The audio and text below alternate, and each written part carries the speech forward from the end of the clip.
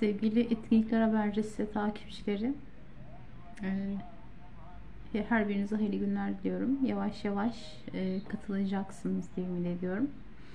Ben Safiye Nur Süreyya Genç. Bugünkü programımız Astronot programımızda yine Meral Yankın misafirimiz. Meral ile bugün astroloji üzerine konuşacağız, programımızın adı üzerine.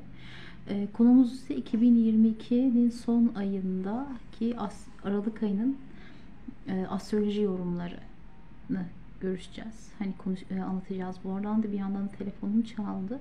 Onu kapatmak zorunda kaldım. Kusuruma bakmayın. Burçlarını merak edenler varsa ekran başına diyorum. Bir de bu program 2022 yılının son programı, Etkinlikler Habercisi'nde düzenleyeceğimiz. Bundan işte bir buçuk ay daha program düzenlemeyi düşünmüyorum. Bir ara vermeyi niyetliyim. Hem kitaplar hem kendim işte 2023'te Etkinlikler Habercisi'nde güzel programlar olacak. Güzel etkinlikler olacak. Onların böyle bir nasıl diyeyim, organizasyonunu ilgileneceğim.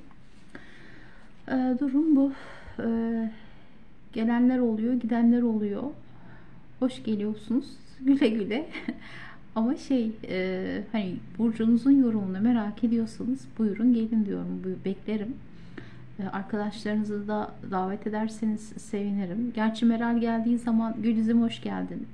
Gerçi arkadaşlar geldiği zaman Meral de gelecekler. O da ayrı bir mevzu. Çünkü benim şu anda sizlere anlatacağım herhangi bir konu yok, bir mevzu yok. Bakalım Meral'in bu sefer şeyinde neler var? Sepetinde neler var? Haznesinde neler var? Hangi burcu ne bekliyor? Ki sıkıntılı bir dönemden geçiyoruz. Teşekkür ederim Gülizciğim. Hani sıkıntılı bir dönemlerden geçiyoruz. Her birimiz Zodyak tarafından baya bir sıkıştırıldık. İnşallah bu Aralık ayında güzel haberler alırız. Güzel muştulu haberler alırız. Tamam, Meral de geldi. Meral'i de bağlıyorum.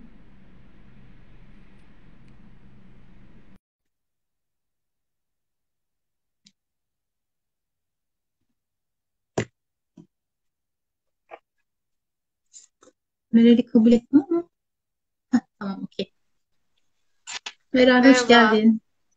hoş bulduk. Nasılsın? İyiyim, teşekkür ederim. Az önce söylediğin gibi hepimiz etkileniyoruz. İyi olmaya çalışıyorum. Biraz böyle gribal bir durumum var sanırım. Arada sesimde sıkıntı olursa kusura bakmayın şimdiden. Sen Estağfurullah. nasılsın? Estağfurullah. Çok şükür. Teşekkür ediyorum. İşte uğraşıyoruz böyle. Meşguliyetler devam. Aynen, aynen. Biraz böyle alt üst oluyoruz ama elhamdülillah iyiyiz yani. Ya, aynen. Yani bunu hep birlikte deneyimleyeceğiz. Çünkü sistem bunu deneyimlememizi istiyor. Yaradan bu şu an böyle bir döneme uygun görmüş bizler için. Önemli olan Evet. farkındalıklı olarak uyanabilmemiz, kabul etmemiz. Değil mi? Tecrübelerimiz. İnşallah hani farkındalıkla ve kolaylıkla geçsin. Bazen farkındalık Aynen. hani yaşadıklarımızın neden olduğunu anlamak zor geçiyor. Kolaylıkla olsun inşallah ki bir daha aynı Amin. imtihanı tekrar vermeyelim. Zaten retroların kıymeti bu. Mars retrosu yaşıyoruz. Yani retrolara aslında korkulacak bir şey yok arkadaşlar. Evet, bir Hı şeyler hı. deneyimliyoruz ama özellikle bu retrolarda hani üzerinden geçelim. Dediğin gibi sorunları es geçtik, bıraktık, yapamadık, o an çözemedik ama şu an çözeceğimiz konular var değil mi? Yani o retroların kıymetini bilip yarım kalan işlerimizi çözelim. Yarım kalan sorunlarımızı çözmeye çalışalım. Ama tabii retro yeniyi vaat etmiyor. Hep geçmişle alakalı konuları halletmemizle ilgili bizden bir şeyler yapmamızı istiyor. Yani biz bir şey yapmasak da retro zaten getiriyor geçmiş konuyu önüne. İşte o Yani eski sen olanı bir kez halledeceğiz. değil mi? Eski Aynen, olanı ne güzel halledeceğiz söyledin. ki yeni üzerine gelsin. Yer açılsın değil mi? Değil Kesinlikle. mi? Kesinlikle. Artık yapacak bir şey yok. Teslim olmaktan başka bir şey yok. Yazarken Yok. ben Hani şeyleri şu anda transitleri yazıyorum da bazen böyle kişinin işte bu transit sürecinde değişime mecburen değişmesi gerekiyor. Ama altında da not düşüyorum. Ya seve seve olacak ya zorlaya zorlayacak. Başka bir çaresi yok yani onun. Başka bir Kesinlikle çaresi yok. katılıyorum sana. Zaten dünya planı tekamül üzerine kurulu. Neden sürekli tekamül tekamül diyoruz? Biz buraya eğlenmeye gelmedik. Bir okul dünya planı. Biz burada tekamül etmeye, olgunlaşmaya, zaten olgunlaşmak acıyla oluyor ki. Güzellikle kim olgunlaşmış? Önce bir yanacaksın, acıyı göreceksin, tecrübeni bakacaksın, o şeyi öğreneceksin sonra. Hani kimsenin böyle bir eli yağda bir eli baldayken rahattayken ya ben bu dünyaya niye geldim ya da ben bunu neden yaşıyorum sorgulayacağı bir şey Demiyoruz yok değil mi? yani. Değil mi? Her Sonra şeyi gelince listan. diyoruz. İşte Aynen. insanoğlu biz böyle bir şeyiz ya. Yani biz böyle bir şeyiz. İnsanın kelime anlamı arkadaşlar unutan demekmiş. Neyse. Yani biz eğer unutamasak, yani unutan fıtratında olmasak zaten bu planı kaldıramayız yani. Kolay değil Hı. burası. Değil yani. İşte o yüzden de bazıları şey der, unutmak aslında şifadır, nimettir. Hani sürekli her şeyi hatırlıyor olsak. İşte retrolar bunun için var, hatırlatmak için var ama Evet. unutmak da yaşadık bitti, çok şükür demek için var. Evet, tabii. Ve Allah Peki. yine insanlar için güzel bir şey daha vermiş. Mesela ümit, değil mi? Ümit etmek, Evet, ümidin olması, hayaller. İşte bunların sayesinde biz bu dünyada rahat edip önümüze bakabiliyoruz. Kesinlikle. evet. Unutmak bazen güzeldir diyor arkadaşlardan bir tanesi. Bizim Evet. Zeynep Mirci Diyorum. astroloji öğrencilerimizden Ocak ayındaki. Hayırlı olsun. Emine Hanım teşekkür ediyoruz. Sağ olun. Ee, Şimdi şöyle arkadaşlarınıza da haber verirseniz seviniriz. Bu dönemin yani 2022'nin son programı. Bir buçuk ay daha program yapmayacağım. Etkinlik habercisi için başka fikirler düşünüyorum. Ee, Bakalım artık hayırlısı inşallah.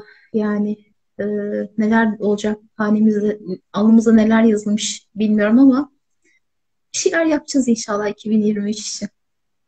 Evet. Aynen aynen. Bomba gibi bir 2023 geliyor. Çok güzel bir 2023 geliyor. Yeni enerjiler, yeni senaryolar. İnşallah elimizde patlamasın da. Yok. Yeter ki sistemi kavrayalım. Az önce konuştuklarımız sistemi kavramak üzerine. Yani sistemi kavradıktan sonra zaten sen de kendinin farkında olup bazı şeyleri çeki düzen Evet, verdikten sonra korkulacak hiçbir şey yok Allah'ın izniyle. doğru. Neler gördük, neler geçirdik. Biz bir kere yakın zamanda Satürn'ün kimlerle kavuşumunu yaşadık ya? Değil mi? Plüto ile Ya, kavuştu, değil mi?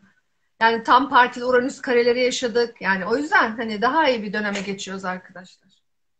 şimdi bu konuşmanın üstüne bir İbrahim Tatlıses neler gördüm neler. Arka fon.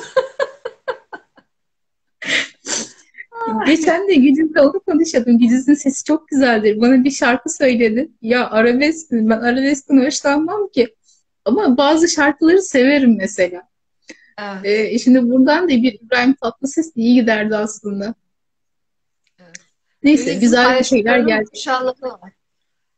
Güliz'in paylaşımlarının maşallahı var. O kadar güzel Evet, şeyler, skeçler falan böyle şeyler tam cuk oturacak paylaşıyor ki bravo diyorum yani. evet, evet. Ben hani öyle bir emeği harcayamam açıkçası. Kendisi çok güzel emek harcıyor bu konuda ve onları hep gördükçe de gülesim geliyor. Komik şeyler paylaşıyor ya. Evet, Çok hoşuma gidiyor. evet. Bu arada ben de arkadaşlar bu ay başlayacağım büyük ihtimalle. Ben canlı YouTube'da kanalımda canlı yayınlar yapıyordum. Onlara bir uzun bir ara verdim. Bu retroda 9. ev Mars retrosu deneyimliyorum da. Bu retroda tekrar canlı yayınlarıma kaldığım yerden devam etme kararı aldım. Aa, YouTube'da çok güzel. canlı yayınlara devam edeceğim. İşte ilişkiler için ayrı bir canlı yayın yapacağım. Astrokartografi için ayrı yapacağım. Genel sorular için ayrı bir canlı yayını yapacağım. Bilginiz olsun. Merastroloji YouTube kanalımı takip ederseniz oradan ne zaman ne olacağı hakkında da bilgi sahibi olabilirsiniz. Bir gittin. Meral, bir yere gittin ama net de benden mi Bilemedim. sorun? Ben şu an sorun görmedim ama Tamam. Bir gittin, böyle bir yavaşladı. Ondan sonra şimdi iyi. Arkadaşlar, şimdi Meral'in programına, YouTube programına katılabilmeniz için onun YouTube kanalına üye olmanız lazım. Bir de mümkünse arkadaşlarınızı da üye yapmanız lazım. Sizlerden istirhamımız. bir de internette sorun var arkadaşlar. Birkaç gündür yine böyle yani arada böyle Hmm, donmalar olursa ben mesela sen az önce güzel. dondu dedim. Sen donmadın ben de donmadım ben de. Ama mesela sende olmuş Ha, olabilir. Dediğim gibi internetle ilgili sorunlarımız var. olabilir. Olabilir, olabilir. Yani bir dondu falan. Ben neyse artık kayıtta sorun olmuyor Allah'ın izniyle. Tamamdır, Ee, aynen. Şimdi hadi arkadaşları haber verelim mi? Gelsinler mi insanlar, yoksa ee, başlayalım mı? Nasıl yapalım? Bilemem. Ocak. İstersen başlayabiliriz. Şu an 10 kişi var. Başlayalım. Zaten hani paylaşıyoruz. Ben de YouTube'da kanalımda paylaşıyorum bu aylık bilgiyi. Hı? Şimdi Aralık ayı nasıl bir ay? Aralık ayı Bir yeni şey sorabilir enerjiler. miyim? Hemen. Çok Tabii. özür diliyorum. Şu anda hangi burçlar bizlerle? Evet. Mesela Yaz. Koç en çok, mesela her katılanlar, şurada 10 kişi var ya, o 10 kişi bize burçlarını bir paylaşabilir mi? Mesela en çok şu anda kimler bizler? Arkadaşlar, burçlarınızı yazar mısınız? Kova, sabırsızız maşallah. İkizler, burçlarınızı balık, koç, yükselen. Ah, tamam. Başak Burcu, aslan yükseleni, akrep, başak. Güzel, güzel, güzel. Aslan, güzel. Kova. Farkındaysan Güzel. zaten gündemi deneyimleyenler burada. Evet. Anladın mı? Aynen Deneyim öyle. içinde Aynen. olanlar burada zaten. O yüzden sordum. Güzel bir Acaba dedim. istatistik oldu. Güzel oldu, evet. Gerçekten Peki güzel bir ben istatistik oldu. ben yorumları kapatıyorum arkadaşlar. Sorunuz varsa hani o soru işaretinden sorabilirsiniz. Bir de arkadaşlarınızı da davet ederseniz sevinirim. Çiğdem Kurt, merhabalar, hoş geldin, sefalar getirdiniz. Yengeç. Yani, ah, ah, ah. Peki, Meral'cığım, özür diliyorum. Lütfen. Yok Seni rica şimdi ederim. can kulağıyla dinliyoruz. Evet. Şimdi Aralık ayında iki her zamanki gibi önemli gündem var. Bir ikizler dolunayı var. Bir Oğlak burcunda yeni ay var. Şimdi ikizler Hı hı, dolunayı an haritasına baktığımızda zaten değişken enerjiler aktif. Yani biz bu Kasım zordu, değil mi? Kasım çok ciddi bir tutulmanın arkasından Kasım enerjisi hakikaten zordu. Zor nefes alıyorduk, zorlandık. Şimdi bu yay enerjisiyle biraz daha zaten yay yeni ayını da yaşadık biz Kasım'da. O da hı güzeldi. hı. Yay enerjisiyle bu değişken bir şeyleri değiştirebilme potansiyel enerjisiyle bir Aralık deneyimleyeceğiz. Artı Aralık'ın sonunda da bir Oğlak yeni ay olduğu için öncüler çalışacak.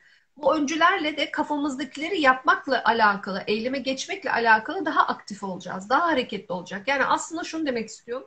Aralık Kasım'a göre daha hareketli, daha yoğun ama oldukça da gündemli bir ay. Şimdi hani güzelliği, zorluğun yanında kolaylık da var.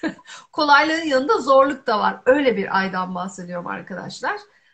Şimdi zaten bugün ayın ikisi, dün Venüs-Mars karesi vardı. Bu Venüs-Mars karesi hem ilişkiler anlamında hem finansal anlamda bizi oldukça zorladı. Bu böyle artı eksi 3 gün düşünebilirsiniz. 3 gün öncesi ve 3 gün sonrası Evet. şeklinde.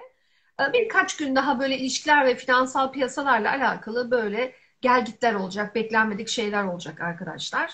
Arkasından e, ayrıca yine bir iki gün artı 3, eksi 3 gün düşünebilirsiniz bu açıları. Bugün de Hı mesela ne var? Merkür Neptün'e kare. Yani yine finansal hı. piyasalar, iletişim, hayal kırıklıkları, işte ticari konulardaki sorunlar, e, dolandırılma değil mi? Son zamanlarda ne kadar çok sağlıkçı Evet. sahtekarlığıyla da yüzleşiyoruz. İşte bunlar hep Bu retrolar önümüze getiriyor bunları arkadaşlar. Sonra arkasından yine 4 Aralık'ta Venüs'ün Neptün'le karesi var. Bu da zaten yine az önce anlattığım konuların devamı. Bakın daha hala sürüyor. Yani 7'sine kadar finansal piyasalar ve ilişkilerle ilgili zorluklarımız var aslında. Zaten Hı hı. 8'inde ikizler dolunayı var. Yani demek ki biz ayın 15'ine kadar biraz aksiyonlu zamandayız. Aralığın 15'ine kadar oldukça aksiyonlu, hareketli zamanlardayız. İlişkiler ve para konusunda dikkatli hareket etmek gerekiyor. Yatırımlarımızı dikkat edelim. Acele al sat yapmayalım. Biraz dikkat edelim. 8'den sonra finansal piyasalarda düşüş olacak zaten. 8'ine kadar özellikle 7'sine kadar ne yaptıysanız yaptınız karlarınızla. Sonrasındaki düşüş itibarıyla dipten alabilirsiniz. Düşüş alabilirsiniz. Ya da Hı ondan hı. önce satıp çıkın ve sonra tekrar düşüşten alın gibi de kendinizi finansal piyasalar anlamında planlayabilirsiniz. Döviz olarak konuşursak eğer, döviz olarak da arkadaşlar zaten dövizde ülkemizde bir baskılama var. E, Baskılama olduğu için hani ben dövizlerde çok uç noktalarda bir çıkış beklemiyorum. 2023'te daha çok o gündemler var. Sonra 6 Aralık'ta Merkür'ün Oğlak Burcu'na geçmesiyle birlikte e, bu arada altında evet biraz çıkış olabilir ama o da çok küçük olacak. Hı. Altında söylemiş olalım bu arada. Merkür'ün Oğlak Burcu'na geçmesi bizim aslında bu arada Mars Retro'yu yöneten Merkür'den bahsediyoruz. Bizim aslında tüm işlerimizde artık daha prensipli, daha iş bitirici, daha sistematik ilerlemek istediğimizi anlatıyor. Yani bayağı alışverişlerimizde olsun, işte anlaşmalarımız, şuyumuz, buyumuzda olsun. Daha planlı ve daha iş bitirici hareketlerimiz olacak. Ama retroları da unutmamamız lazım değil mi? Hani yeni demiyoruz biz. Az önce başta da söyledik. Retrolar bize yeni yapma diyor. Eskilerini çöz diyor.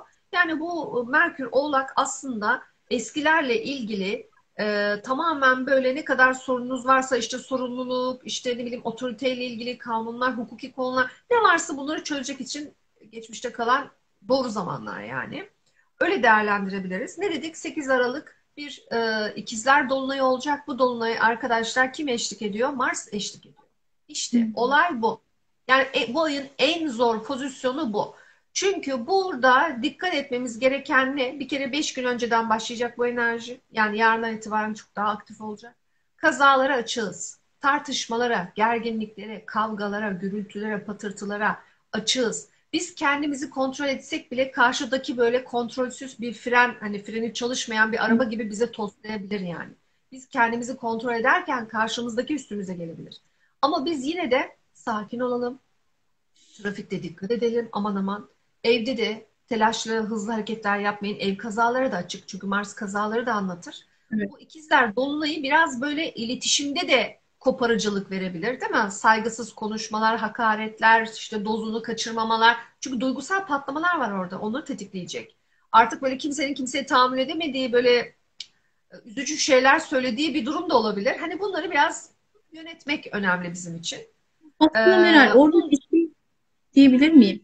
Hani içimizdeki patlamalar değil de belki birikmiş öfkeler, Aynen. birikmiş söylenmemiş sözlerin dışa yansıması olabilir. Belki de hani burada ilişkilerin, bitecek olan ilişkileri bitirecek, devam edecek olanları devam ettirecek olan bir süreç burası belki de.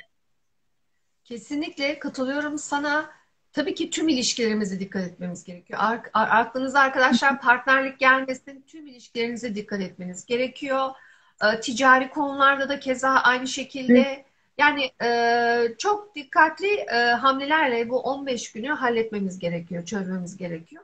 Ondan sonrası daha kolay, daha rahatlayacağız. Sene Şubat'ta daha iyi olacağız yani merak etmeyin. Ama şu Aralık ayını bir atlatalım. İlk 15 gününü. Ee, Bir de önümüzde bu dolunayda oldukça fazla geçmiş konular düşecek. Duygusal olarak çözemediğimiz tüm geçmiş konular önümüze düşecek. Bunlar özellikle küslükler değil mi? Duygusal olarak ayrıldığımız, küstüğümüz, işte birbirimize Hmm. res çektiğimiz tüm ilişkilerimizle alakalı sorunlar önümüze düşecek. Bunları çözmemiz gerekiyor. Sonra 10 Aralık'ta Venüs Oğlak Burcu'na geçiyor. Bakın yine finansal piyasalar, para, ilişkiler anlamında oldukça ciddi ve oldukça stratejik hamleler yapmak isteyeceğiz. Daha aklımızı kullanmak isteyeceğiz. Daha hamlelerle ilerlemek isteyeceğiz. Onun dışında Jüpiter'in Koç burcuna geçmesi var. Bu iyi bir şey. Hmm. Artık Jüpiter Koç'a geçmesi yeni bir enerji, yeni bir gökyüzünde güzel açılar yaratıyor. Özellikle hani Mars'la falan filan daha iyi açısı olacak. Daha cesaretli olacağız. Daha böyle istediğimizi yapmakla ilgili motivasyonumuz yüksek olacak. İşte tam Koç enerjisini düşünelim burada. Ben istiyorum, ben yaparım, ben alırım. Oldukça iyimser, güzel enerjiler. Tabii bu Mars retrosundan sonra bu konuda daha rahat edeceğiz. Şu an Koç'u yöneten Mars geri gidiyor çünkü. Ondan sonra rahat edeceğiz ama hani yine de gökyüzünde Jüpiter'in Koç burcunda olması daha iyi arkadaşlar. En azından retro değil. En azından daha cesaretli çalışacak ki çünkü biz eylemsel olarak şu an sorunlar yaşıyoruz değil mi? Eylemle ilgili Hmm. sıkıntılarımız var. İşte Koç, Jüpiter bizi destekleyecek bu anlamda. Sonra 21 Aralık'ta Güneş Oğlak Burcu'na geçiyor. Zaten Oğlak'ın ikinci yarısı dedik daha rahat, daha bilinçli ve sistematik gideceğiz. Ee, Daha ne yapmak istediğimizi bilerek gideceğiz. Bu da güzel. Ve 23 Aralık'ta bir Oğlak yeni ayı yaşıyoruz arkadaşlar. Yine bu bizi e, ne yapmak istediğimiz konusunda harekete geçmemizde destekliyor. Hedef odaklı oluyoruz. Ayrıca ayın sonu yani 29 Aralık'ta bir Merkür Retrosu başlayacak. Merkür S'e giriyor. 30'da da 31'inde pardon retrosu başlıyor. 19 Ocağı kadar retrosu devam edecek. Yani şunu demek istiyorum. 29'dan önce bir 3 gün öncesini düşünün. 26'sı itibariyle Merkür gerilemesini hissetmeye başlayacağız. 19'una da 3 koyun. Hmm. 22'sine kadar da bunu 21. hissedeceğiz Hmm. arkadaşlar. 22 Ocağı kadar da 21 Ocağı kadar da bunu hissedeceğiz arkadaşlar. Yani biz 2023'e Mars ve Merkür Retro ile giriyoruz. Yani hem iletişim sorunlarımız var hem eylem sorunlarımız var. Kimse kimseyi anlamıyor. Herkes birbirini suçluyor. Kavga modunda enerji düşük. Zaten sağlık olarak da bağışıklığımızı da etkileyen pozisyonlar. Biraz daha böyle kendimizi sakin götürmemiz. İşte e, Melisa çayı, başka ne önereyim? Spor, Papatya. Melisa çayı, papatya. Böyle Papatya suyu. rahatlatıcı şeylerle uğraşalım, değil mi? Hani böyle o Meditasyon şekilde yapmak. geçelim. Evet, müziği açın, dans edin arkadaşlar. Böyle Hmm. rahat bir Evet. şekilde atlatalım bu dönemi. Sonra aranın sonunda bir de 29'unda Merkür ve Venüs'ün kavuşumu var Oğlak Burcu'nda. Yine bu finansal anlamda düşünürsek ve ilişkiler anlamında düşünürsek aslında sorunlu bir pozisyon. Çünkü S'teki bir Merkür'ün Venüs'le kavuşması çok da size bir şey vermeyecek. Dediğim gibi Evet. retrolu bir şeye giriyoruz, yeni yıla giriyoruz. 20'sinden sonra ocağın daha rahat olacağız. Biraz daha hani İnşallah. buralarda çok endişelenmeden hareket etsek daha güzel olur. İnşallah. Bu arada hani Genel şey demiştiniz, estağfurullah, meditasyon vesaire dedim. Yani hani harekette de böyle kararsızız, iletişimde de kararsızız. Bir mezdeke açıp oynayıp kutlarımızı dökmek en aynen iyisi. Nerede hareket, orada bereket. kesinlikle. Artık kendimize geliriz inşallah mezdekeyle. İnşallah. Aralık ayı ile alakalı gökyüzünün genel durumu bu arkadaşlar. Şimdi burçlara geçeyim isterseniz. En Lütfen. son burçtan mı başlayayım? Nasıl yapalım? En son burçtan mı? Yapalım böyle bir şey. Değişiklik yapalım. Ben Balıktan severim değişiklik. yapalım. Olur, güzel olur. Hadi bakalım balıklar. Evet. Evet. Şimdi balıklar arkadaşlar çok önemli. Ee, Balıklar e, bu 8 Aralık'ta dediğimiz o Marsiyen dolunayı yani bu zor olan Hı hı. gergin açıklı dolunayı onu biraz öyle düşünmenizi istiyorum. Oldukça gergin enerjilerin olduğu duygusal gerginliklerin patlamaların olduğu bu enerjiyi tam evde Hı hı. yaşıyorlar bakın. Yani Hı. bu ev sahibiyle ilgili ya da oturduğu bina ile ilgili, komşularıyla alakalı, işte eviyle alakalı, teknolojik anlamda eviyle alakalı, cihazlarla alakalı, evde kaza, Hı ebeveynlerle hı. ilgili gündemler Allah korusun, operasyonel durumlar, aile üyeleriyle gerginlik ve tartışmalar şeklinde deneyimleyebilir. Yani demek ki balıklar dördüncü evi yönetmeleri gerekiyor. Bu bahsettiğim tüm konuları çok ciddiye alıp özen göstermeleri gerekiyor ilk 15 gün. Yani orada bir gündemimiz var. Arkasından kovalar bunu nerede deneyimliyor? Aşk ilişkilerinde deneyimliyor kovalar arkadaşlar. Kovalar da direkt Hmm. olarak ilişkileri, zaten gökyüzünde ilişkilerle ilgili duygusal gerginlikler var. Yani o kovalar dikkat etsinler. O ilişki onlar için çok kıymetliyse ayrılma potansiyelleri var. Küslük, tartışma sonucu bir küslük potansiyelleri var. Burayı iyi yönetsin kovalar. Onun Tamam. dışında işte evli, çoluğu çocuğu olanlar da çocuklarıyla ilgili gündemler yaşayabilir. Çocuklarıyla ilgili sağlık konuları da olabilir. Bunlara dikkat etmeleri gerekiyor. Burayı yönetmeleri gerekiyor.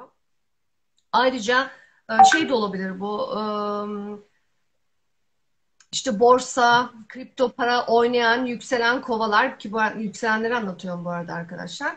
Bunlarla alakalı kişilerin de bu ikizler Marsiyen Dolunay'da yatırımlarına çok dikkat etmeleri gerekiyor. Zaten ne dedik? 8'den sonra düşecek dedik piyasada, değil mi? Evet, Rakamlar evet. değişiyor. Bu etkileyecek piyasayı. İkizler zaten ticaret piyasasını anlatıyor arkadaşlar. O nedenle kovaların hani 8'inden önce bunları halletmeleri gerekiyor. Yani orada bir yatırım kaybı yaşayabilirler açıkçası. Kısaca bunu söylemeye çalışıyorum. O nedenle burayı da çok iyi yönetmeleri gerekiyor. Oğlaklar direkt olarak sağlık konularında deneyimliyorlar arkadaşlar. Bakın sağlık. İşte bir ufak operasyon olabilir, iğne olabilir, kaza olabilir, tıbbi bir müdahaleyle karşılaşabilirler. Çalışma ortamında zorlanabilirler, gerginlik ve tartışmalar yaşayabilirler, hatta ayrılmayı düşünebilirler. Yanında çalışanlarla tartışmalar yaşayabilirler, yollar ayırabilirler. Evcil hayvanlarıyla alakalı sağlık sorunları olabilir, Allah korusun. Yani Hadi. Ha. oğlakların da baya bir orayı ciddiye almaları gerekiyor. Dediğimiz gibi aslında Mars'ı burada sağaltmak lazım, değil mi? Az önce o söylediklerimiz çok önemli aslında. Mars'ı rahatlatıp orayı da rahat atlatmak lazım. Çünkü Marsyen bir dolunay bu. Enerjiyi bir şekilde Yola çıkartmak lazım. Aynen. Hani o bir şey yaşamadan hani bizim onu çözmemiz gerek. Yaylara gelirsek de direkt olarak ilişkiler, evlilik, ortaklık konularında bunu deneyimliyor. Yani yaylar da demek ki bu ilişkiyi bitirme enerjisi, ortaklığı bitirme enerjisi, hani yeter artık falan, artık katlanamıyorum durumlarını da Hı deneyimleyebilirler. hı. Onlar da bunlara dikkat etmeleri gerekiyor ve artık sırf ilişki, ortaklık düşünmeyin, tüm ilişkilerini düşünsün yaylar. Hani iş hayatıyla da alakalı, arkadaş çevresiyle de alakalı ilişkilerini düşünsünler. Yani o nedenle hakikaten sonra pişman olmamak için, çünkü retro bu Mars bu. Sonradan söylediklerine, yaptıklarına, tavrına pişman olmamak için daha dikkatli hareket etmeleri gerekiyor. Akreplere gelirsek, akrep 8. evde yaşıyor bunu. Bu arada yayların da sağlığına dikkat etmesi gerekiyor. Hı. Akrep de 8. evde bunu yaşarken yine sağlıkla ilgili dikkat etmesi gerekiyor. Aynı zamanda işte yine banka, kredi, aman bunları çekerken çok dikkat etsin. Bankayla işleri, krediyle ilişkileri, işte miras, prim, nafakayla alakalı gerginlikler, sorunlar, aksilikler, terslikler olabilir. İşte evraklarla ilgili sorunlar olabilir. Bu hukuki şey anlamda bu işlemlerin evraklarıyla ilgili o alanlara dikkat etmeleri gerekiyor. Teraziler de bunu 9. evde deneyimliyorlar arkadaşlar. Sosyal medyada baş artıcı şeyler yaşayabilirler. Ayrıca eğitimle ilgili akademik eğitim, işte üniversite ve sonraki tüm eğitimler akademik eğitim olarak düşünüyoruz biz. Onların hepsiyle ilgili sorunlar yaşayabilirler. Aksilikler, terslikler olabilir. Duygusal olarak kaldıramayacağı şeyler yaşayabilir. Yani işte ben bu kadar emek veriyorum da işte karşılığı bu mu gibi Hı. bu tarz üzücü şeyler yaşayabilirler. Ayrıca 9. ev olduğu için yine yurt dışı ile alakalı konular, değil mi? Yolculuklar. Yolculuğa mesela dikkat burada. Kısa yolculuklar da Hı. uzak yolculuklar da Tabii. dikkat. İhracat, ithalat, tüm bunlarla alakalı dikkatli olmaları gerekiyor. Trafikte dikkat zaten. İşte vize falan işlemleri var, yurt dışı işlemleri var. Hep bunda aksilikler yaşayacaklar zaten. Duygusal olarak da üzülecekler. Belki işleri yetişmeyecek. Gidecekleri bir yer Hı. varsa vize yetişmeyecek. İşte ne bileyim uçak biletleri şu bu yetişmeyecek. O prosedürlerle ilgili sorunlar yaşayacaklar. Bu arada terazinin eğer davaları varsa, hukuki dava sonuçları vesaire, onlarla da ilgili gecikmeler olabilir. Yanlış şeylerle karşılaşabilirler. Ummadığı bir şey önüne düşebilir, bazı evraklar bilmediği gibi konular olabilir. Dikkatli Geldik olsunlar. Başka. Evet, geldik Başaklara. Başaklar da bunu arkadaşlar e, 10. evde, kariyer evinde deneyimliyor. Yani demek ki Başaklar kariyer hayatlarına çok dikkat edecekler. Amirleri, yöneticileriyle alakalı e, böyle gerginlikler, e, böyle birden aman aman patlama durumları gibi şeyler yaşanabilir. Oldukça relax olmaları gerekiyor. Eğer o kariyer potansiyeli bulundukları yer onlar için çok önemliyse buna dikkate almaları ve dikkat etmeleri gerekiyor. Bu geçici bir etki çünkü. Yönetmezsek zararlı duracak. Zararlıyız yani. O nedenle yönetmemiz gerekiyor. Niçin sürekli yönetin yönetin diyorum. Geçici bir etki arkadaşlar. 15 günlük Evet. enerjiden bahsediyorum. Ondan sonra üzüleceksiniz çünkü. Ne gerek Hmm. var? Çünkü kimse kontrol kontrol edemezse sıkıntı olacak. Hani kontrolü zor bir enerjiden bahsediyoruz. O yüzden sürekli bunu söylüyorum. Hani sen kendini kontrol edersin. Amirin etmez. Ağzına geleni sana söyler. İşte orada stratejik hareket edeceksin. Üzücü bir şey ama stratejik hareket Duymamazlık, etmen lazım. duymamazlığa geleceksin ya da. Ay Çünkü tepkini hani vereceğim bu sefer hı, üzüleceksin sonra gibi. Çünkü neden? Mars aynen işin öyle. içinde. Son olarak Mars işin içinde. Ee, ve aynı zamanda yine ebeveyn sağlık sorunları olabilir. Ebeveynle ilgili küçük operasyonlar olabilir. Bu tarz gündemler verebilir. Ee, kendi sağlığına da Başaklar dikkat etsin. Çünkü yükseline zaten kare. Tabii. Sonra aslanlara geldik arkadaşlar. Aslanlar olayı 11. ev yani sosyal çevrelerinde deneyimliyorlar. Yine iş hayatının çevresi de olabilir, ortamı da olabilir. İşte bulunduğu gruplar alanında, hayaller alanında deneyimliyorlar. Belki hedefleri vardı Aralık ayında, ulaşmaları istediği bir hedef vardı, o olmadı. Duygusal olarak biraz gerildiler, hedefi tutturamadılar işte. Bu tarz bir enerji var burada. Sosyal çevredeki işte o bulunduğu gruplarla alakalı gergin tartışmalar, duygusal tartışmalar, işte ben emek verdim, karşılığını göremedim tarzı deneyimler olabilir. Bu şekilde aynı zamanda tabii ki aşk hayatıyla da alakalı gerginlikler verebilir. 11. ev aşkla ilgili de gündemler getirdiği için burada da Hı. sıkıntılar verebilir arkadaşlar. E, dediğimiz gibi tekrarlıyoruz. Relax, relax yani. Yengece gelirsek yengeç biraz zor geçiriyor bu durumu. Yükselen Hmm. yengeçler. Neden? Çünkü içsel yaşıyorlar. Zaten Mars retrosunu yaşıyorlar. Bir de Mars retrolu bir dolunay Evet. yaşayacaklar. Yani zaten bir aydır fazladır e, oldukça patlama noktasındalar. Yani dokunsam patlayacak diyoruz ya öyle yengeçlerin durumu. Çok gerginler, rahatlayamıyorlar. İşte sağlık sorunları olabilir. Sürekli baş ağrıları. Bu arada hepimizde baş ağrısı olabilir. Az önce benim başım ağrıyordu. Yayına başladım geçti. Böyle enteresan baş ağrıları var arkadaşlar. Hepimiz bunları Evet. yaşıyoruz. Bu Mars başı etkiler yani. Ee, Bu Mars bir de şimdi şöyle bazı holistik şifacılar şey diyor, bu Aralık ayı aslında dünyanın bütün temizlikten geçtiği bir ay. Tabii temizlenirken bizim vücudumuzdaki bir kundalini enerjisi, çi enerjisi denilen bir enerji var. Bu enerji vücudumuza yerleşiyor. Yerleşirken de işte vücudumuzun başımızda ya da hiç midemizde farklı alanlarda ya bu ağrı bende hiç yoktu, nereden geldi denilecek olan ağrıları deneyimleyebiliriz. O yüzden rahat olun, sakin olun. Geçmiş Aynen. olsun diyorum bu Aynen. şekilde. Kesinlikle herkese geçmiş olsun. Yani hani bunu da dediğimiz gibi panik yapmayın. Baş ağrıları verecek Mars. Hepimize verecek. Çünkü gündemi o. Başla ilgili sağlık sorunları. Sırf baş ağrısı da düşünmeyin. İşte bu göz olur, diş olur, kulak olur Evet, vesaire. Başla ilgili sağlık sorunları hepimizde olacak.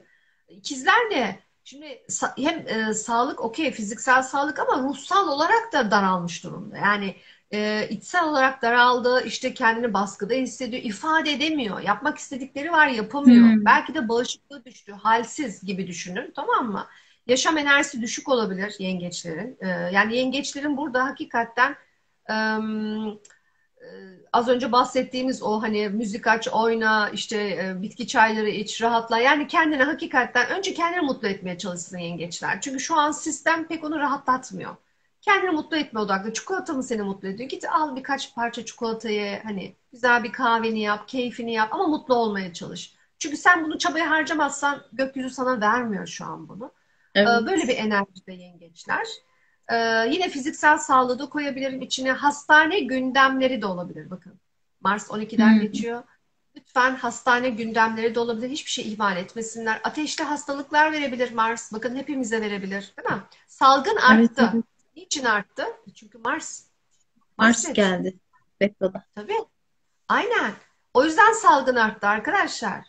Ee, Yengecin de hastane gündemleri de var dediğim gibi. Dikkat etmesini öneriyorum. İkizler gelirsek, ikizlerde de tabii ki yine sağlık diyeceğim. Çünkü neden? Birinci evinde oluyor. Yine bedeninde, kendinde oluyor. Evet. İkizler de direkt olarak hayatıyla alakalı almak istediği eylemsel kararlar var. Bedeniyle alakalı olabilir, yaşam tarzıyla alakalı olabilir, ilişkileriyle alakalı olabilir. Aslında vermek istediği kararlar var ama işte son 1,5 aydır vesaire karar veremiyor. Değil mi? Bu Mars retrosundan sonra ikizler istedikleri gibi eyleme geçecekler. Zaten öyle olsun. Şimdi dediğimiz gibi en başta anlattık, yine tekrarlayalım. Geçmiş konularını, ne yapması gerekiyordu zamanda yarım bıraktığı tüm geçmiş konularını halletsin. Yenileri için kafasında bir projeler oluştursun. Mars retrosu bittikten sonra da onları eyleme soksun, harekete geçsin. Ama şu aralar harekete geçemiyorum diye de kendisini üzmenin bir anlamı yok. Çünkü öyle gökyüzü, yani özellikle değişken burçları zor etkiliyor. Yani Mars retrosundan kim çok etkileniyor derseniz değişken burçlar etkileniyor arkadaşlar. İnanın çok hızlı geçiyor günler. Bu arada ben de yay olduğum için yay stelyumum var. Karşıdan açı alıyorum. Hızlı geçiyor günler. Artı işler bitmiyor. Yoğunluk bitmiyor. Yani hepimizde bu var. O nedenle Evet. yani mümkün olduğu kadar aralarda kendinizi dinlendirin. Hani olur onu da hallederiz, bunu da hallederiz. Stres yapmayın. Bakın Mars retrosu çok stres de verir. Gerginlik de Evet. verir. Yani kendi Evet. kendimize telaş ve stres sokabiliriz. Bunu o yüzden yönetmemiz gerekiyor. Bağışıklığımıza da dikkat.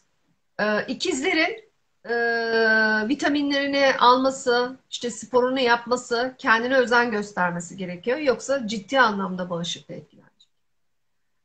Boğa'ya gelirsek, Boğa bunu finansal anlamda deneyimliyor. Zaten finansal az önce de konuştuk. 8'ine kadar ne varsa halletmesi gerekiyor. Sonra Hı. düşüşe geçecek. Kayıp yaşamamak için burayı iyi yönetmesi gerekiyor. Yine alacak, verecek, işte gelir gider yönetimine dikkat etmesi gerekiyor. Beklemediği saçma sapan harcamalarla karşılaşabilir. Geliri yetmeyebilir. Artı e, işten çıkma durumları da deneyimleyebilir. Bakın yine oraya Hmm. sonradan pişman olmamak için işte ben bu geliri istemiyorum, işte ben bu işten yani bunları retroda işten çıkmayın arkadaşlar. Yani Tekrar nasıl iş bulup gireceksiniz bir çıkın. daha o işe? Aynen. Ha, yani iş bulup çıkın okeydi ama o hani geçmişten başvurduğunuz bir iş olsun mesela, değil mi? Yani orada kararları biraz daha sakin alalım. Zaten bütçe olarak zorlanacaksın boğa, yükselen boğa. Hani para Hiç yönetimini de iyi sevmez. yapman. Hı. Hiç de Evet, sevmez parası güvenlik odaklı. tanıyı bu. Aynen. Ama bu dönem bunu deneyimliyor. Koçlara gelirsek, koçlar da üçüncü ev konularında yaşıyor. Yakın çevre, yakın akraba, kardeşler, yakın arkadaşlar alanında bazı tatsız olaylar yaşayabilir. İşte üzülebilir, tartışabilir, Hmm. küsebilirler. Onların sağlık sorunlarıyla karşılaşabilir. Onlarla ilgili operasyonel durumlar olabilir. Ee, Yakın çevresiyle alakalı arkadaşlar kazalar olabilir. Kendisiyle de ilgili kaza riski var. Trafiğe dikkat. Karşıdan karşıya geçerken bile özen göstersin. Bu şekilde olabilir. İletişim diline dikkat etmesi gerekiyor zaten. En çok bir de şimdi koç enerjisini düşünün arkadaşlar. Kendi yöneticisi ikizlerde retro. En çok hani böyle düşünmeden Double konuşan, hop hop böyle her şeyi bitiren, kesen, küsen kim? Koç. O yüzden koç. hani buraya koçun bir özen göstermesi gerekiyor. Mahveder yoksa diliyle, yani bu dönem diliyle çok şey yapar. O yüzden üzülmemek için onun da buna dikkat etmesi gerekiyor. Velhasılı kelam ağzıma, elime, belime, dilime dikkat etmemiz gereken bir dönem. Aa, Yoksa maazallah pişman olacağız. Kolaylıkla olsun, keyifli olsun. Hani amin. yapacak bir şey yok. Olan olacak ve velhasılı. Ağzına sağlık. İki tane soru var bakalım. Bu sorulara nedir bunlar diye. Kesin burç Tamam. yorumlarıdır ama oğlum için şöyle bir şey Daha sorulmuş. Oğlak, Oğlum için Oğlak bir saniye canım. Daha Oğlak yeni ayını anlatmadık. Bu aralığın ilk Aa, 15'iydi, tamam. tamam. Sen bak sorulara devam edelim. Oğlu için danışmanlık istemiş. İş olacak mı? Şimdi şöyle bunun için danışmanlık almanızı tavsiye ediyorum. Çünkü buradan söylenecek bir şey değil bu. 8-6-1990 doğumlu oğlu için iş olacak mı diye bir soru sormuş Şimdi takipçi. arkadaşlar şöyle bir şey biraz bilgilendirelim. Ben gökyüzünü biz aylık yorumlarda tüm astrologlar genel bilgi veriyor. Yani biz aylık böyle yorumlarken yükselenleri özellikle anlatıyoruz zaten. Genel bilgiler veriyoruz. Ama spesifik yani bir kişinin kendiyle ilgili bir sorusu varsa hakikaten o bir analiz gerektiriyor.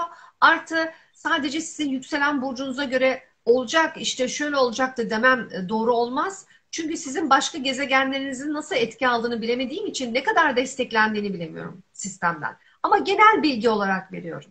Yani burada hani siz oğlunuzun yükselenini biliyorsanız bu etkiyle ilgili bir konu olabilir. Bu arada oğlunuzun geçmişten iş başvuruları varsa bu retrolarda iş çıkabilir. Ama yeni iş başvurularını yapmasın yani retroda. Bunu Aynen söyleyebilirim. öyle. Aynen öyle. İnşallah gönlüne göre bir iş bulur diyorum ben takipçimizin oğlu. Şimdi devam edelim mi? Daha neler var? Tabii. Hani heybende. Evet. Şimdi ne dedik? İlk yarısı yayda, sonra dedik oğlak enerjisine geçiyoruz ve arkasından da zaten retromuz olacak dedik. Şimdi oğlakta bir yeni ay oluyor arkadaşlar. Oğlak yeni ayı ne zaman oluyor derseniz 23 Aralık'ta bir oğlak yeni Hı, ayı oluyor. Oğlak yeni ayı zaten e, biraz bu Kasım'dan beri gelen enerjinin bu bir de yay enerjisi böyle gergin yay enerjisinden, ikizler enerjisinden pardon. Sonra biraz daha kurtarıcı oluyor. Neden kurtarıcı derseniz artık kafamıza koyduğumuzu yapacak güçteyiz, enerjideyiz diye düşünün. Daha önümüzü görebiliyoruz. Yani orada bir kalıyor retroların bitmesi.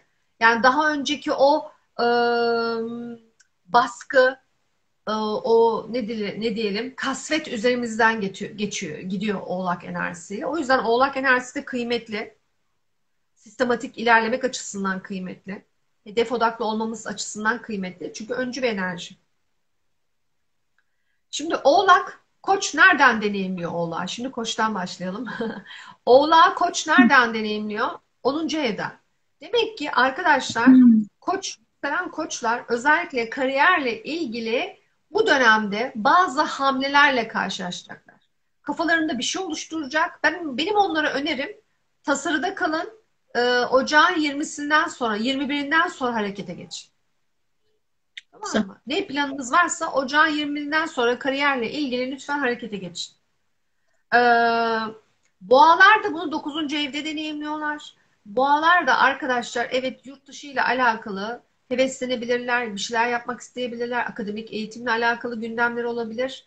Ama tüm yeni işlemler için uygun zaman değil. Yine 21 Aralık'tan sonrayı önereceğim.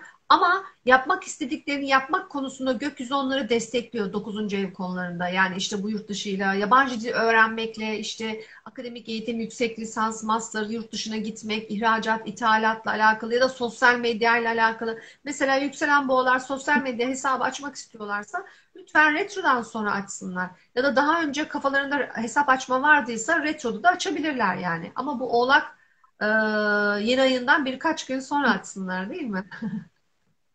Aynen. Ki Yeni verimli ay enerjisi olsun. Kârını görün. aynen verimli olsun. Aynen büyüyen aya geçsin.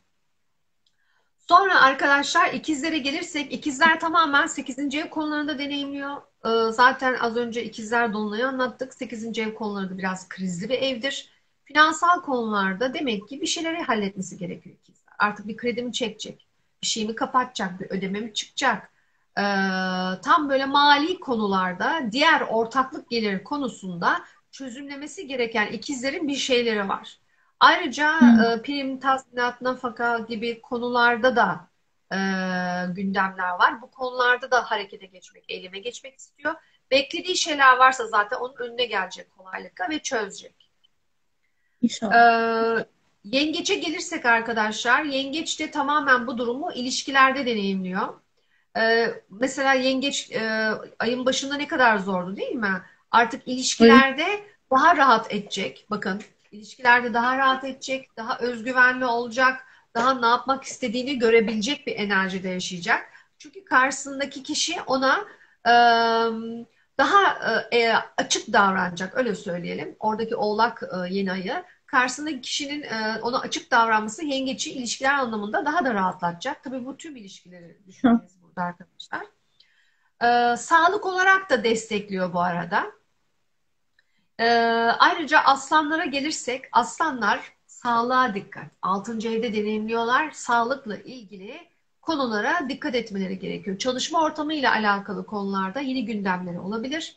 Ee, Ama her zaman ne diyorum? Bu retrolar bitsin. Yeni gündemlere 21 sonrası, 21 Ocak sonrası başlayın tüm burçlar için. Ama ondan önce zaten daha önce de projelendirilmiş, başlanmış bir eylem varsa retroda da değerlendirebilirsiniz. Aslanlar sağlıkla ilgili konuları buna göre halletsin. İş ortamı, iş kurma, çalışma ortamı, çalışma arkadaşlarıyla alakalı sorunları da buna göre yönetsinler. Retrolara göre. Hı. Başak'a gelirsek aşk konularında işte yine bu hisse senedi, borsa, işte ne bileyim kripto vesaire gibi alanlarda, hobi alanında, çocuk varsa çocuklar alanında deneyimliyorlar. Demek ki bunlarla alakalı yeni başlangıçlar, yeni stratejiler geliştirecekler. Kafalarında yeni projeler oluşacak. Eyleme geçmek istiyorlar. Ama tüm bu yeni olan konular retro sonrası, eskiler varsa eskileri halledebilirler arkadaşlar. Evet. Başak'tan sonra teraziye geldik. Terazi olayı aile, yuva konularında oturdukları ev, ikametgahla Hı. alakalı deneyim. Belki evde bir tadilat yaptırmak istiyor. Belki evde bir tamirat var, yeni bir değişim var. Ee, Ama bu hani yeni başlayacağı konu her neyse evle ilgili retroyu bekleyecek. Daha önceden yarım bıraktığı bir işlemi, bir tadilatı varsa evle ilgili onu yapabilir. Evle ilgili alım satım bekliyor. İşte emlakçıya vermiş. Bakın burada çıkabilir bir Hı. şeyler. Yani. Ee, İnşallah. Ya da ne bileyim kiracı bekliyor. Yani burada yine bir şeyler çıkabilir. Bu arada araçla ilgili konular da çıkabilir değil mi? Araçla alakalı Evet. konular Bir da şey olabilir. söyleyebilir miyim? Ev Evet. satımı dedin de geçen burç yorumları yaparken Başaklar için araç satımı diye yorum yapmıştı. Benim kardeşim de Başak Burcu, araç bir tane aracı var, onu satmayı planlıyordu. Dedim ki Abdülkadir, dedim, sen dedim aracını bu ay satacaksın ve sattı. Bana diyor ki Safiye abla, diyor, nereden bildin, nereden bildin? Hiç de söylemiyorum ben. Bu arada tebrik Evet. ediyorum, yani bu senin yorumundu. Şimdi şeyler Başaklı, neydi, terazi burçları lütfen bu yorumu dikkatlice dinlesinler. Eğer satılacak evleri varsa bu ay evlerinden istedikleri fiyatta çıkabilir. Ben demiyorum, Meral Aynen. diyor. Meral nereden öğrendi? Gökyüzünden. Aynen yıldızları okuyoruz biz arkadaşlar. Yoksa bize bir yerden bir şey gelmiyor. Şimdi terazilerde araç gündemi var, akreplerde de araç gündemi var. Konu araca Hı geldi. hı. Araç her ikisinde de var alım satım olarak, tamam mı? Düşünülebilir. Ama tabii bu daha önceden kafasında olan projelendirmiş konularla alakalı. Böyle birden gidip almasını yapmasın, yani onu demek istiyorum. Daha önceden hep çalıştığıyla alakalı konular olsun. Ee, Ebeveyn konularıyla alakalı terazilerde gündemler var. Ama bunlar güzel gündemler. Hani ebeveynle ilgili bazı konuları çözecekler, halledecekler. Akrebe geldik. Akrepler yakın çevresinde bu konuyu deneyimliyorlar. Yakın arkadaşlar, yakın kardeşler, yakın çevreyle ilgili komşuları belki. Onlarla alakalı yeni güzel konular görecekler. Onlarla ilgili güzel haberler alacaklar bu arada. Belki yeni bağlantılar kuracaklar onlarla ilgili. Neler olabilir bunlar arkadaşlar? İşte güzel zaman geçirme arkadaşlarınızla ya da belki ciddi bir projenin içerisine girme olabilir yakın çevrenizle gibi düşünebilirsiniz. Ee, Bir nişan olabilir, bir söz olabilir. Kardeşlerim bu arada değil mi? Yakın çevreyle ilgili. Böyle bu Hı tarz haberler de alabilirsiniz. Ee, Yaylara gelirsek, yaylar bunu finansal anlamda deneyimliyorlar, yükselen yaylar. Demek ki yeni gelir kazançları açılabilir. Yeni işe girme, iş teklifleri alabilirler. Ama hani bu geçmiş işten, başvurduğu işlerden haber şeklinde olur. Yeni hı. başvurular retroda pek çıkmaz arkadaşlar. Eskiden başvurduğunuz işlerle ilgili geri dönüş ve iş teklifleri olur. Ya da bir yerde çalışıyorsunuz ama ikinci bir iş fırsatınız olabilir. Ee, Bu şekilde çalışır yaylarda. Ama güzel bir gelir kaynağı olacak yani. Oğlağa Hmm. gelirsek, Oğlak birinci evde deneyimliyor. O birinci evde deneyimlediği Oğlan da yine sağlığına dikkat etmesi lazım. Sonuçta yeni ay da olsa, dolunay da olsa arkadaşlar, bunlar muazzam güçlü enerjiler. En basit halsizlik yapıyor, bağışıklığımızı etkiliyor. Yani her zaman bizim birinci evimizdeyse bu, özellikle sağlığımıza dikkat etmemiz gerekiyor. Ee, Ve Oğlak bir şeyleri değiştirmek istiyor hayatında. Değiştirme kararı alacak. Kendiyle ilgili, bedeniyle ilgili, hayat tarzıyla ilgili, belki e, ilişkileriyle de alakalı olabilir bu. Ama dediğim gibi retronun bitmesini beklesin. 21'den sonra harekete geçsin. Projesi her neyse kafasında oluştursun. Onda bir sıkıntı yok. Ha, geçmişten verdiği bazı kararlar vardı ise bu konuda, o zaman bunu değerlendirebilir. Ee, Kova'ya geldik. Kova 12. evde deneyimliyor. Zaten Kova'nın tepesinde geçen bir Satürn'ü var.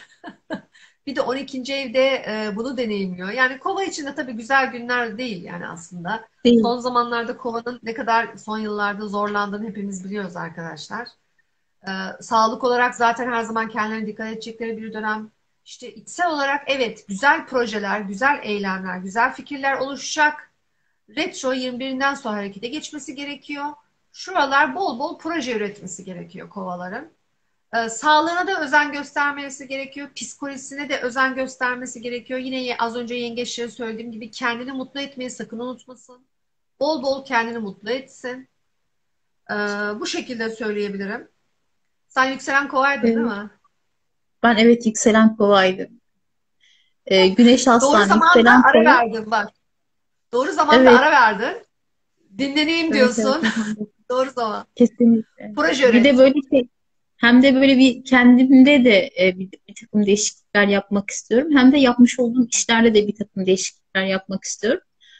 Bakalım Allah mübarek etsin, ne kadar başarılı olacağım bilmiyorum ama niyet ettik Çok. artık. Aynen aynen, ve doğrusunu yapmışsın. Yani şu an senin için zaten gökyüzü bunu söylüyor. Balıklara geldik arkadaşlar. Yükselen balıklar da bunu sosyal çevresi alanında deneyimliyor. Yani demek ki yeni sosyal çevreyle tanışacak. Yeni grupların Hmm. içerisinde olma ihtimali var. Dediğim gibi daha önceden belki onlarla yazışmıştı, bir şeyler olmuştu. Ama şimdi bu bağlantılar aktif olacak. Aşkla ilgili de gündemler veriyor. Mesela yeni tanışmalar, yeni aşklarla alakalı. Ama hani retroda ne kadar bu yaşanır, ne kadar bu deneyimlenir, zor yani. Ama geçmişten olan konular da önüne gelebilir. Bakın bu arada. Geçmişten işte arkadaştı, sonra birden duygu oluştu vesaire gibi de yaşanabilir. Çocuklarla da ilgili gündem verebilir bu balıklara. Çocuk düşünebilirler. Çocukla ilgili bir haber alabilirler. Çocukları varsa çocuklarla ilgili işte geçmişte yarım bırakılan işlerle ilgili bir şeyleri tamamlamaya çalışabilirler. Çünkü retro enerjisi var ama bu güzel bir şey olacak. Yani tamamlandığı zaman çocukla alakalı konularda onu ileriye götürecek bir şey olacak bu arada. İnşallah Allah kolaylık versin. Hani İnşallah. ne böyle değişime zorluyorsa insanları, onu fark ettim. Sonu çok güzel oluyor. Hani teslim Ne olmak güzel söyledin. kolay değil elbette ama teslim Evet. olmalarını tavsiye ediyorum artık. Yapacak bir şey yok çünkü Kesinlikle. hani. Kesinlikle. Yani biz Yapacak bizim bir şey için yok. neyin hayırlı olup olmadığını bilmiyoruz. Sistem zaten bizim için çalışıyor. O zaten zorluyor bizi. Hani Kesinlikle. ben şunu mesela ortaokulda bu kompozisyon derslerini ben hiç sevmezdim. Hiç. Yazı yazmak bana o kadar zulü gelirdi ki. Ama şimdi bakıyorum, ben yazı yazarak para kazanıyorum. Yani zorlanmışım ama zorlandığım yerden de para kazanıyorum. İşte böyle. Böyle. O Kesinlikle. yüzden şey, hani bir bakın mesela, yaşamlarına şöyle bir bakmalarını tavsiye ediyorum insanların. Nerede zorluk çekiyoruz? Zorlandıkları yerde orada mutlaka bir şeyler çıkıyor karşılarına. E, Evet. işletme mezunuyum. Mesela şeyde en çok zorlandığım ders benim uluslararası ticaretti. Yani hiç yapamadığım bir şey ama mezun oldum. Çalıştığım yer uluslararası ticaret, ki bu şeydi hani e, operasyon sorumlusu, ithalat, ihracattı. Hani zorlandığım yer diyorum, benim pik yaptığım yer, bir şey demiyorum artık. Teslim oldum Allah'ım. Teslim oldum. Başka hiçbir şey demiyorum. Yani bilinçli olmalarını tavsiye ederim insanlara. Kesinlikle doğru söylüyorsunuz. Zaten retrolar ne demek arkadaşlar? Bir şeyin, bir konunun altını 3 kere çizmek demek. Yani siz oraya bir özen Hı hı. gösteriyorsunuz. Retrolar o yüzden kıymetli. Yani bizim kendimizi bir check yapmamız. Kendimiz içimize dönüp hani ne yapıyorum ben, ne yaptım ben ya da nerede zorlanıyorumu görmem, zoomlamam, oraya bir bakmam, işte oraya bir derinleşip 3 kere düşünmem gibi düşünün retroları. Şu an gökyüzü enerjisi de bu zaten. Her şey bizim hayrımıza. Üzülüyoruz, ağlıyoruz, sızlıyoruz, geçiyor ama ondan sonra inşallah güzel günler bizleri bekliyor diye. Amin. Peki Meral'cim var mıdır eklemek istediklerin? Şurada bir üç sorumuz var ama e, Bakalım, bakalım soruya. şimdi bir soru.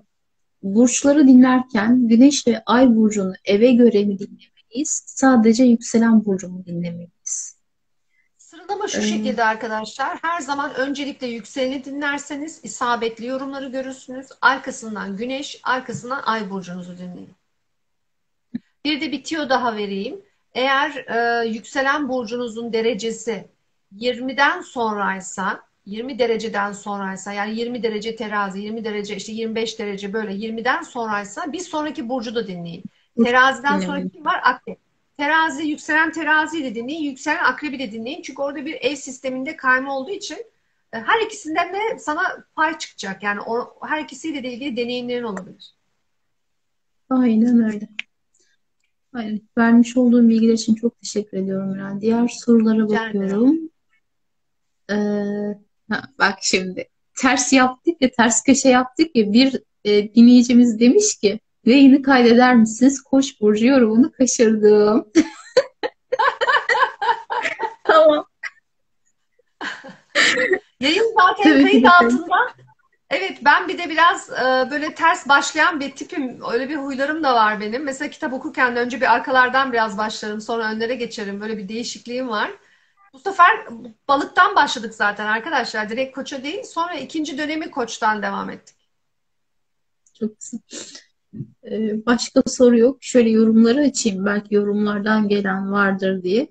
Yayını kaydedeceğim.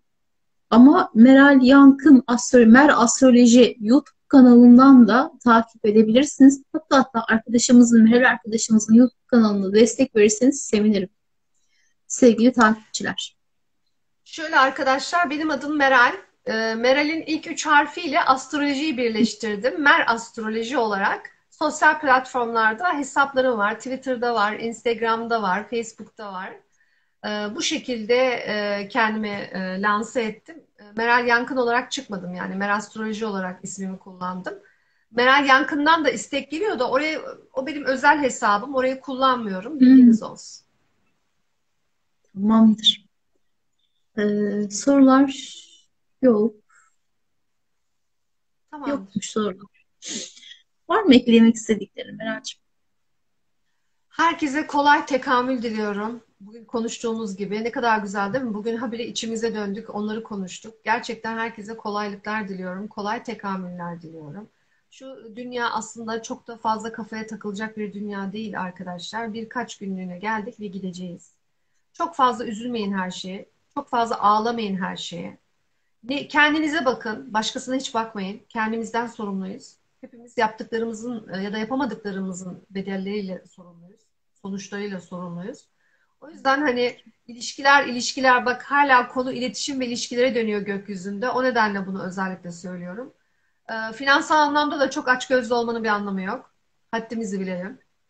Sistem düzelecek. Biraz zaman. Akrep ülkesiyiz. Daha Güney Ay düğümü çıkmadı akrepten. Biraz zamana ihtiyacımız var. İşte 2023 o yüzden değişen enerjiler, daha farklı güzel enerjiler olacak. Bunu anlatmak istedim. İnşallah Kapanışta ağzına, yüreğine, gönlüne sağlık, ilmine sağlık. amin. Rabbim ilmini bereketlendirsin inşallah. Amin Ee, hepimize. Amin, amin. Çok teşekkür ediyorum. Çok sağ ol. Ben Var teşekkür olasın. Kanalımı Bay bay şereflendiriyorsun, öpüyorum. renklendiriyorsun. Çok teşekkür ediyorum. Çok kısa ve öz bir yorum oldu. Çok teşekkür ediyorum yine her şey için. Çok sağ ol. Ne demek rica ederim canım. Ben kaçıyorum o zaman. Bay bay. Tamam. Allah'a emanetsin. Görüşmek üzere inşallah. Sağ olasın. Var olasın.